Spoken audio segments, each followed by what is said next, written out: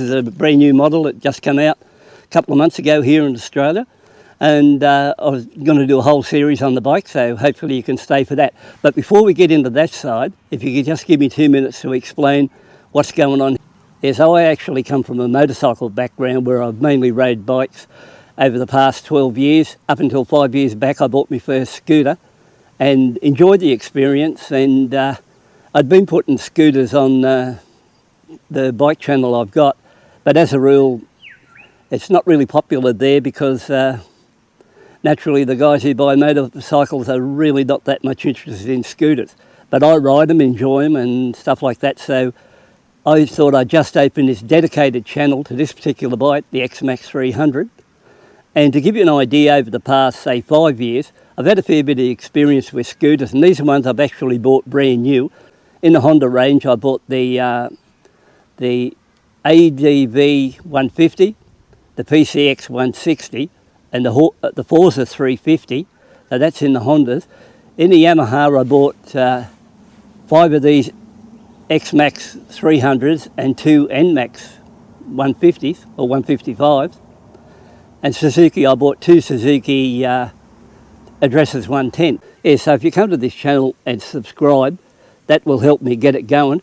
Give it a like and comment there, because I reckon I can bring a wealth of information to the scooter side, because this particular one here, I'm planning on putting high performance rollers in it. I've just done 2 other clips and I'll show them at the end of this clip. So if you want to see those clips and how we're going to go camping, other sorts of things on this one, I've got drones and everything like that. Actually got a drone today. It'd be well worth your trouble. Click on the link at the back. I'm going to give you my opinion on the Honda Forza 350, the Xmax 300 and the Vespa Super Sports, and I'll give you my opinion on those ones, and I'll point out the good and bad of those, because going back a couple of years ago, I did a 10-part series.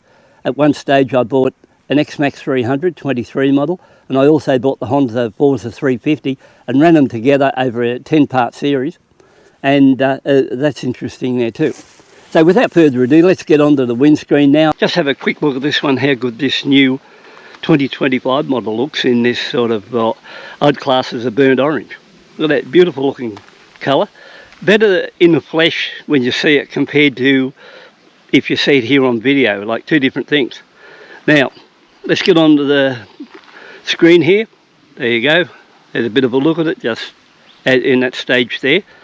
So before I get there playing around with it, if you ask me what are my thoughts on it as far as what it can handle and what it can't. Well, I don't reckon it can handle anything any better than the stock screen when the bikes come out with prior to this. So it reminds me of when Honda Forza brought out the first model there with the power screen. I actually bought that one, and I found that apart from it rattled a lot more than the normal one, the benefit for me at 5'9" was really not much at all. And the only thing about this one, it doesn't rattle, but if you say, is it any good? I would say it's no better than what the stock one is from the previous models when you put it up to the high setting. So they're not much good. This one's not much good. And as far as that goes, comfort, if the buyer's comfort, they would say, all right, when we make this one, we'll make the top another, say, 3 inches higher. But the reason why they don't do that is, and I'm pretty sure this would be the reason, when you see bikes running around with high screens on them, they do look a bit shitty, you must admit. They don't look really what you'd call eye appealing. And I think the reason is they put this low like stock one on like this because it doesn't deter from the look of the bike. Like if you look at it here like this, it's got a really nice profile, looks good front on. But if they put that little bit longer screen on it, you might come into the shop and look and say, oh, look at that horrible looking thing. I think that's what would go on like that. So they're probably leaving it for some aftermarket company to bring out 1, 2 or 3 inches higher, and when they do, overall I think this will be a really good idea. So let's get on the bike. One-handed job. Balancer there now. Got it balanced. Press it in, turn it to the right. We've got ignition, we've got the display. We'll just get rid of that. Now, to get to the windscreen and do adjustments on this new model, you've got to scroll through. So I end up like, you go back here, you can go back to the music, Well, that's what I had on music, and you'll see that one that says windscreen. So you press, and then you can decide then after that whether you want to go up or down. So we'll take it to the bottom setting first. So there it is on the low setting, which I don't ride it on that one much. That's the highest setting. If I'm riding along at say 80 or 100 kilometres an hour, that's virtually for me right in me line of sight. So in other words, the top part of the screen there is hitting me right across the eyes. So what I usually do is drop it say 2 inches, about there, so I can sort of look over it and still see ahead. Now, is it sort of, it's just really hard to say if it's any better than no screen at all, because there's still a lot of wind noise buffeted around on whatever setting I put it on.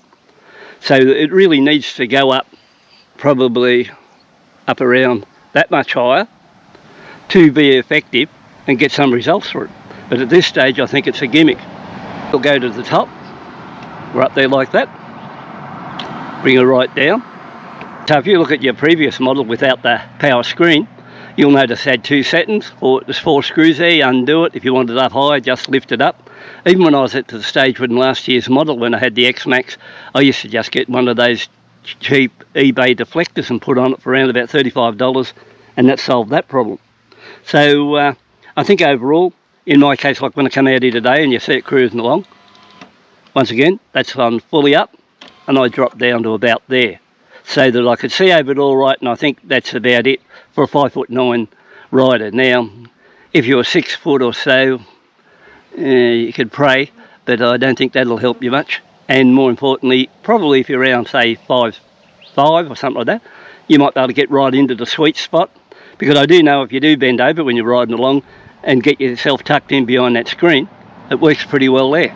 My thoughts after riding quite a few scooters, bikes, things like that, this is more like a gimmick just to, lure you in to say it had a power screen, because there was a lot of people, when the Forza 350 came out with that power screen, there was a lot of people raving on about that, but once I bought the bike and rode it, I didn't think it was that much good at all.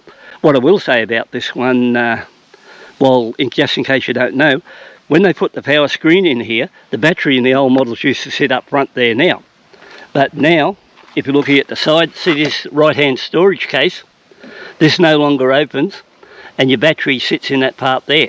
So that's good and bad. The fact is that you can get there and pull a battery out a lot easier than coming here and pulling plastic apart.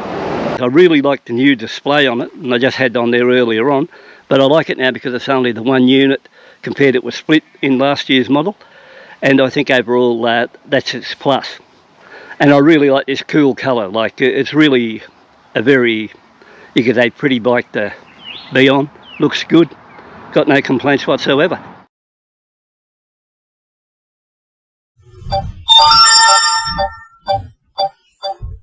Okay guys, we're ready to fly. We'll just turn around and we'll just have a look at the scooter. So here I am, coming into it now.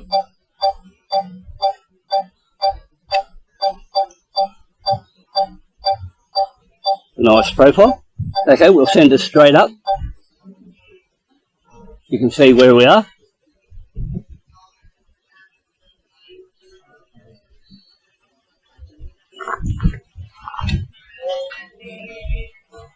Let's go right up.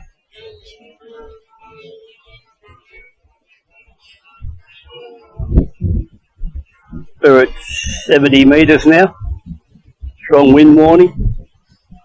Might not be able to fly too far today because the wind's pretty bad. See how the trees are moving there?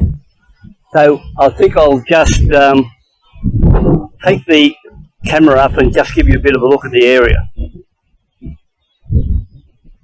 So you can see I'm not far off the road, or the main road, and this is a really thick belt of trees, but nice view around there. So we'll just do a spin around, and that'll give you a bit of an idea of how the drone goes today.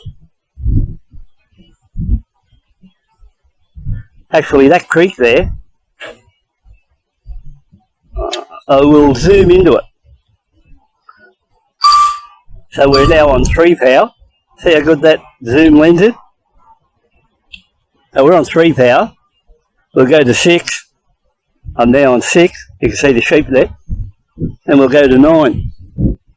That's 9 power. Then you can get a bit of a look at the creek itself there. Even that looks pretty good, to be honest. That's a fair way away too. That'd be a good kilometre away over to where that is. So, and I'm only shooting on 1080p because it's a waste of time using 4K. So, well, it is for me. Now I'm on 9 power and I swing back to stock. There. That gives you an idea how far away and how I know how far that place is. I've been out here with the drones before and sort of shot it around, and I've got a good idea in this area what it's like.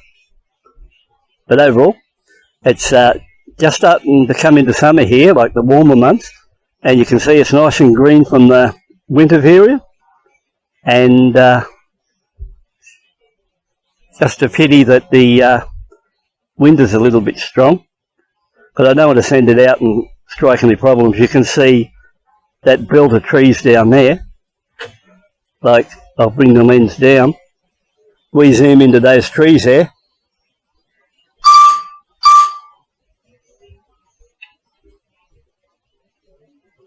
So the wind's sort of gusty today. It's sort of coming up every few seconds, changing direction. So it's a bit of a drama. One, I'll just go back out onto a wide angle.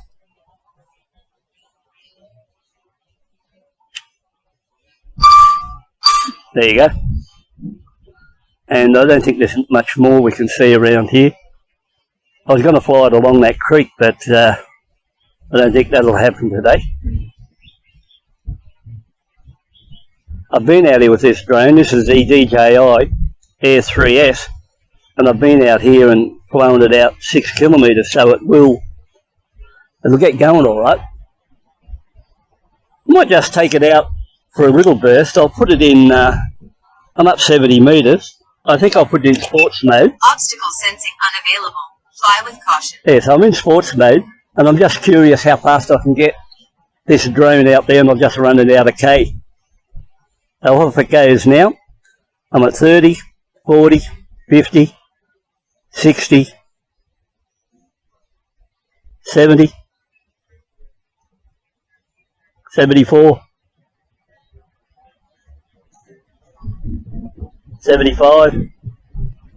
I would say about 75 kilometres an hour is the best I could do. And I'll just return it to home now. Return to home. Return to home. And I'm sort of in amongst this bank of trees. See the trees we're coming into now? Into a heavy bank of trees, and you know, your signal probably is a bit of a drama getting out on that one there too. So I figure might as well quit while I'm ahead with this one, because I'm not sure how windy it is here, but I noticed on the way out it was slowing the scooter down a bit, so it's fairly strong. Still travelling at 40 kilometres an hour coming back. So when it gets close and I can eyeball it, I can hear it.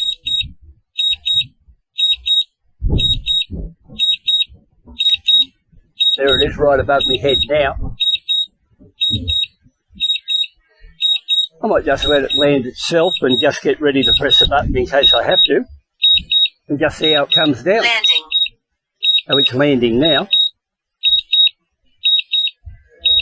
So far so good, coming down.